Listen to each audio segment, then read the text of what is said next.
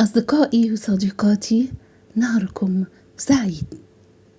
إحنا دلوقتي موجودين في قلب اسكندرية، وأعلى مكان فيكي يا اسكندرية. زي ما انتوا شايفين، إحنا شايفين اسكندرية من فوق. دلوقتي موجودين في منطقة كوم النضورة. زي ما قلت لكم قبل كده إن اسكندرية هي 5 أكوام: كوم النضورة حلقة النهاردة، وكوم الدكة، وكوم الشقافة، وكوم بكير، وكوم الملح. احنا النهاردة موجودين في كوم النضورة. الشارع اللي احنا موجودين فيه ده اسمه شارع بحري بيه، في حي الجمرك، منطقة المنشية أو قسم المنشية.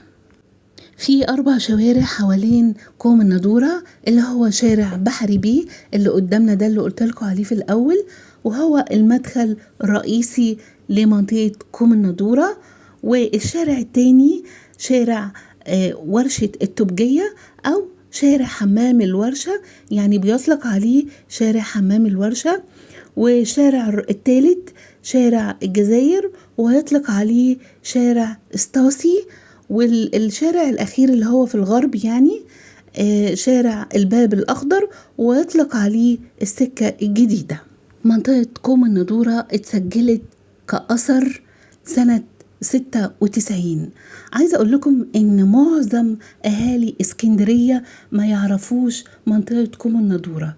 أنا واحدة من الناس ما كنت بسمع عنها، لكن عمري ما جيت المكان ده إلا لما صورت الفيديو ده، لأن الحقيقة هي مش محطوطة ضمن الخريطة السياحية. هي في البداية كان اسمها كوم وعلة، يعني كان في كومين في اسكندرية، كان كوم الدكة في شرق اسكندرية، وكوم وعلة كان في غرب اسكندرية اللي هو المكان ده. والمكان ده اتسمى في البداية كوم وعلة أو تل وعلة، نسبة إلى عبد الرحمن ابن وعلة. هو من سبأ وجي عاش في مصر ومات هنا واندفن في المكان ده.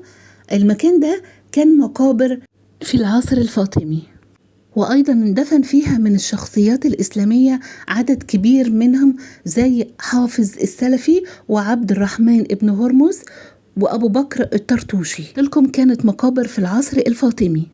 وبعد كده جه العصر الأيوبي، بدأ التل الترابي إن هو يتكون، وبعديه جه العصر المملوكي، انتهى دورها كمقابر خالص. وفي أثناء الحملة الفرنسية في عام 1798 لحد 1801 اتسمت طابية كافاريلي. كافاريلي ده مهندس في الحملة الفرنسية، وهو كان مشرف برضو في الحملة الفرنسية، وتوفى أثناء حصار عكا، علشان كده سموا المكان ده طابية كافاريلي. طبعا نابليون بونابرت هو اللي سمى طابية كافاريلي أثناء الحملة الفرنسية.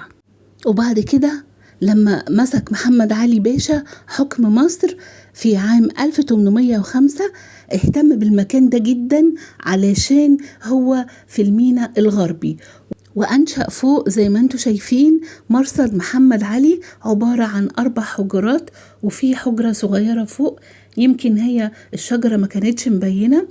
والمرصد ده بيكشف المينا كلها، علشان كده اتسمت كوم النضورة، يعني من النظر أو النظر أو الرؤية، إن هو المكان ده بيشوف المينا كلها.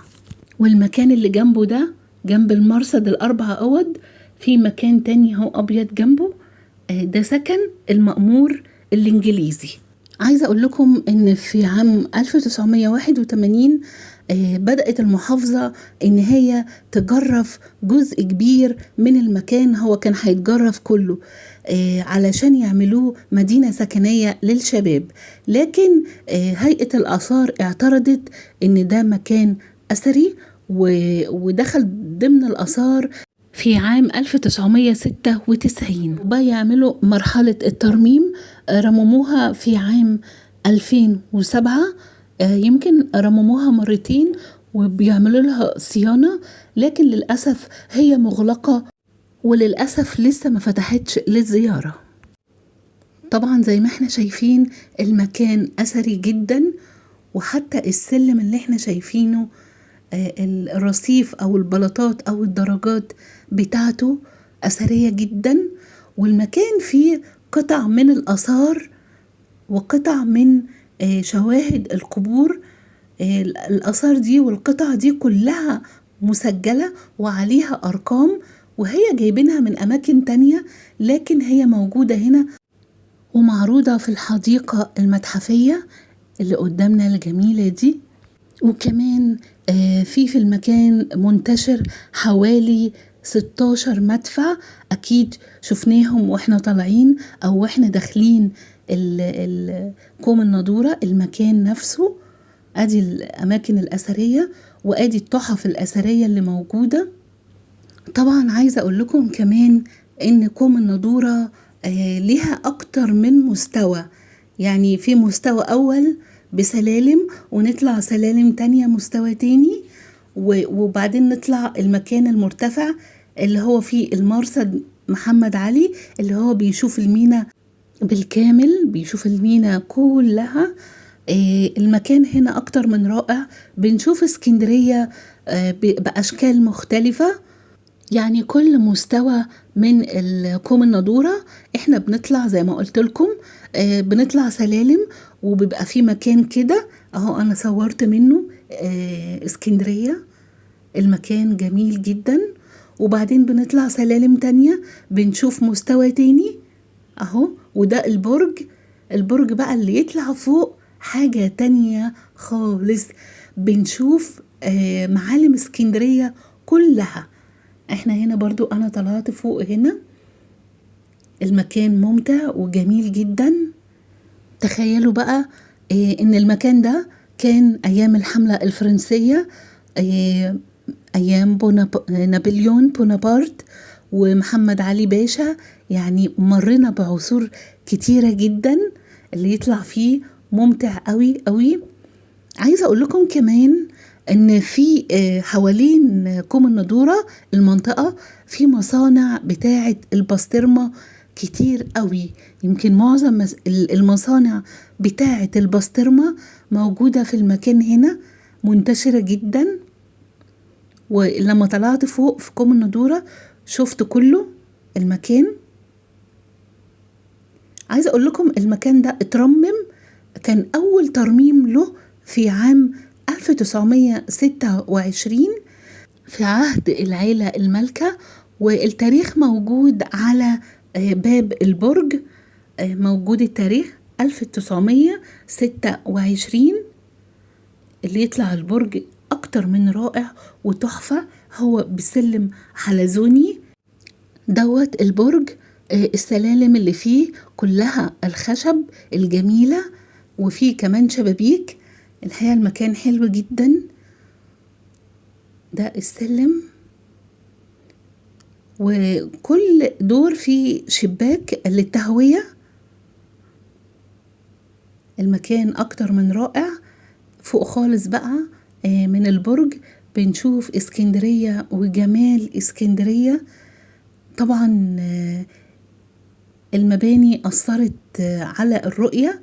المباني اللي طلعت دي كلها طبعا جديدة، ما كانش فيه أيام محمد علي المباني دي خالص. كان بيبان المينا كلها والمراكب والسفن اللي كانت جاية، والمرصد اللي هو عمله محمد علي كان بيتابع أي مركب داخلة أو خارجة أو بتنزل بضاعة. فهو كان مهتم بالمكان ده جدا جدا في اسكندرية. وده يعتبر أعلى مكان في اسكندرية، هي كوم النضورة. يا ريت يعني يفتحوه والناس تروح تتفرج عليه. الحقيقة هتستمتعوا جدا جدا. أتمنى إن المحتوى يكون عجبكم، وإلى اللقاء، وفي حب اسكندرية نلتقي.